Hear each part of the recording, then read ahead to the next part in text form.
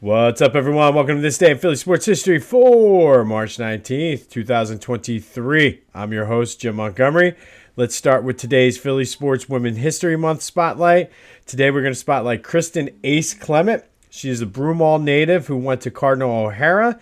She's a three-time Catholic League champion. She had the Delco, and I don't know because I'm not from Delco. Don't really know much about Delco sports, but she did have the Delco County record for points. I'm pretty sure that still stands, but not 100% sure. She went on to play basketball at Tennessee for Pat Summitt. That 1998 team that she was on went 39-0 and won the national championship. She was drafted in the fourth round of the 2001 WNBA draft by the Houston Comets. She's now a director with Kids Across America. It's a sports ministry nonprofit organization that runs sports camps, that incorporates the arts and helps children in urban areas. So pretty impressive job for her to have. I did see, too, she has a daughter that is going to Tennessee to play soccer, so she definitely got her athletic jigs. I think her husband as well played college football. But she's inspired countless number of girls in this area, including my wife. My wife, Abby, she was a good basketball player in high school and really was inspired to do better by her. She always kind of had a dream to go to Tennessee, all because of her. So, like, if my wife is doing that, who knows how many other young girls in this area were inspired by her. She would go and work with girls at camps and things like that. So shout out to you, Kristen Clement. She also happened to go to high school with a good friend of mine from college as well. So have that connection too. But today's Philly Sports Women's History Month spotlight, Kristen Ace Clement, one of the best to ever do it in Delco and in the whole surrounding area, and has inspired probably hundreds, if not thousands, of girls in this area to play basketball. So thank you for that. All right, Sixers update. Another good win. They just thumped the Pacers last night, and basically there was no James Harden, no problem. Maxey had 31. Joe had 31, and can somebody just explain to me right now how he is not the MVP? I mean, 9 straight 30-point games. He just goes out there and he's doing it. And I've read the only person that has done this or even been close to this was LeBron. He's going out there, he's scoring 30 plus, but shooting over 55%. So it's not like he's chucking up 50 shots a game and scoring 30 points. He's doing it very efficiently. So I don't know. Somebody explain to me how Embiid is not the MVP. And I'm sure the analytical guys will say, well, listen, I see my eye test. He is, and when they played one-on-one, they have a game coming up, I think next week, on this road trip where they're going out to Denver. But when they were head-to-head, Embiid dominated Jokic. So somebody explain to me. Make it make sense, as they like to say. But they did move into second place tie now with Boston. The Sixers still have the same amount of losses. They now have more wins, so they have technically a higher winning percentage. So let's just keep that rolling.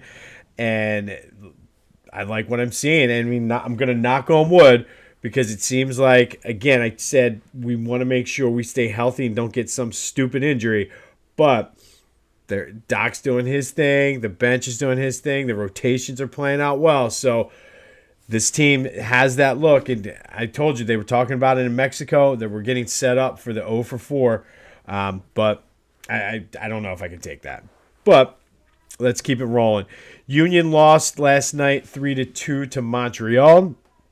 It's still early in their season, so I don't think it's necessarily anything to start stressing about.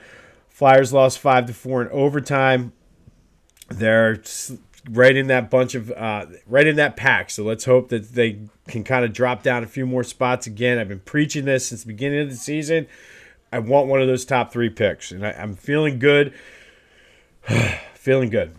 All right, Phillies update. Bryce Harper, I've read, was starting to swing. He's on an every other day with soft toss. He's close, they said, to being able to take batting practice. Still doesn't want to put a timeline on it, but I feel as though nobody's saying this. He's ahead of where I think they expected him to be, which is good. Make sure next week you tune in to Back to the Future. We'll do our Phillies preview. Not doing anything this morning when you're having your coffee. Go check out Back to the Future's last episode on Eagles free agency. I go over the best and worst free agent signings of all time. Anywhere you get your podcast, that's Back to the Future with a PH. All right, speaking of the Eagles, still no word on C.J. Gardner-Johnson. And from what I'm reading, I think at this we're so far into free agency now, that what's happening, they think, is excuse me, he's overshot the market for him, and he's just asking for too much money, which could play right into the Eagles with, all right, you come back, sign another 1-year prove-it deal, and see if you can get your money from there. And I think it could be cost-effective for them. So I do think the longer that this goes without him being signed, the better the chance is that he comes back and signs with the Eagles.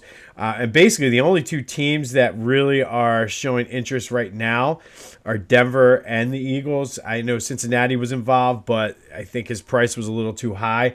And the only reason I think Denver is being mentioned is because of the Sean Payton connection, who actually was the one that I think drafted him. So we'll see how that goes. Like I said, I feel the longer it goes, the better it is that he's coming back to the Eagles. Jalen Mills is still floating out there, and I wouldn't be surprised if they bring him back for some veteran leadership. He can play a little safety. I did also see that Isaac Selimalo left. He's going to Pittsburgh. He signed a 3-year deal there, but that's what we have on the Eagles currently. All right, it is March Madness. We're going to go back today to the year 2000, and one of my most devastating losses ever. The number 5 ranked and second seeded Temple Owls lost to Seton Hall 67-65 in overtime. That's the Ty Shine game. Shaheen Holloway hurt his ankle. Ty Shine comes off the bench and shoots 7 for 11 from 3 points and scores 26 points. Sammy Dallenberg from the Sixers was on that team. And it just was an overall shitty performance by everybody on Temple. They shot 33% from the foul line, which ultimately is what cost them. Pepe was completely off in the second half and fouled out before the end of the game. Quincy Wadley was scoreless in the second half. Lamont Barnes and Kevin Lyde couldn't do anything. They only had 8 points combined. Karcher was the only bright spot. He had 27. And what sucks the most about this game, obviously I was there, but the path was laid out for them perfectly to go to the Final Four. So they would have had to, the toughest game they probably would have had was the next round versus Oklahoma State. But then they would have had Florida, who knocked off Duke, and Temple always played well against Florida. It was one of those teams back then that they always played well against.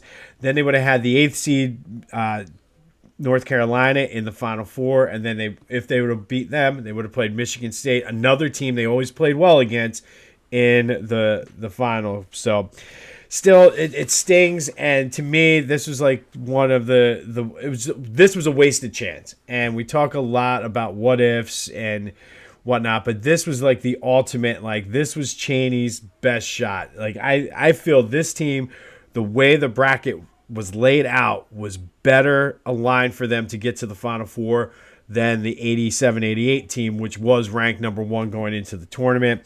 It's just I don't want to get into a Temple rant because I have my feelings about what the university's doing. I'm not happy with it, and they just it's just like a snowball effect of things that they've done. But like this was like an everyday thing. Like we had that 4-year run when I was in school where we went to 2 Elite Eights. They were consistently one of the best teams in the country and couldn't have nothing to show for it. But again, on this day back in 2000, the Temple Owls lost to Seton Hall 67-65 in overtime, ending what should have been a Final Four run up in Buffalo.